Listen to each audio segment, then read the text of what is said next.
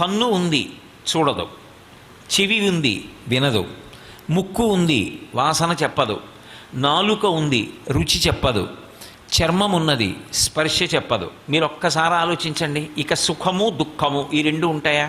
ఇక లేవు. ఈ ఐదు ఉపసంహారం చేసేస్తే చాలు, ఇక లోకమునకు ఎవ్వరికీ కూడా సుఖము దుఃఖము అన్న మాట ఉండనే ఉండదు. ఇంత గొప్ప దేవాలయాలు ఉన్నాయి, అద్భుతమైనటువంటి ధ్వజస్తంభాలు ఉన్నాయి, రాజగోపురాలు ఉన్నాయి, ఆ పైన శిఖరాలు ఉన్నాయి, నవగ్రహాలు ఉన్నాయి, ఇన్ని చెట్లు ఉన్నాయి, ఇన్ని పువ్వులు ఉన్నాయి, ఇన్ని లక్ష్మీ స్వరూపాలు ఉన్నాయి. కంటికి చూసే శక్తి లేదు. ఏమిటి ఉపయోగం దానివల్ల? ఎదురుగుండా ఇన్ని అందమైన వస్తువులున్నా చూడలేడు, జలపాతం చూడలేడు, పర్వతం చూడలేడు, ఎదురుగుండా పెద్ద నాగుపాం వచ్చి నిలబడినా తెలియదు, బ్రహ్మరాక్షసుడు వచ్చి నిలబడినా తెలియదు. కాబట్టి కన్ను ఉంది చూసేది లేదు, కాబట్టి సుఖాలు లేవు దుఃఖాలు లేవు, కంటికి సంబంధించినవన్నీ ఆగిపోయాయి.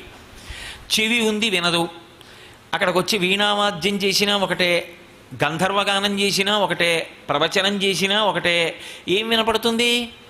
కొడుకు మంచి ముద్దు మాటలు మాట్లాడినా ఒకటే, తనయుల సంభాషణములు జనకులకున్ కర్ణయుగళి సద్భూషణములు అంటాడు భాగవతంలో హిరణ్యకశిపుడు. కొడుకు వచ్చిరాని మాటలు మాట్లాడుతుంటే అవి తండ్రి చెవులకు పెట్టుకున్నటువంటి ఆభరణాల్లా ఉంటాయి. కానీ ఇప్పుడు ఆ కొడుకు వచ్చి మాట్లాడుతుంటే వినపడదు, ఏమీ వినలేడు, ఏమీ తెలుసుకోలేడు. ఇప్పుడు కర్ణ సంబంధమైనటువంటి సుఖములన్నీ ఆగిపోయాయి.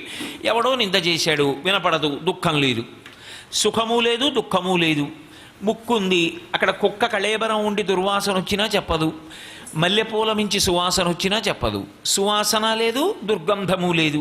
నాలుగుంది, దాని మీదకి తీసుకొచ్చి నిప్పు కణిక పెట్టినా దానికి తెలియదు. తిరుపతి లడ్డూ తీసుకొచ్చి దాని మీద పెట్టినా దానికి తెలియదు, అది రుచి చెప్పదు.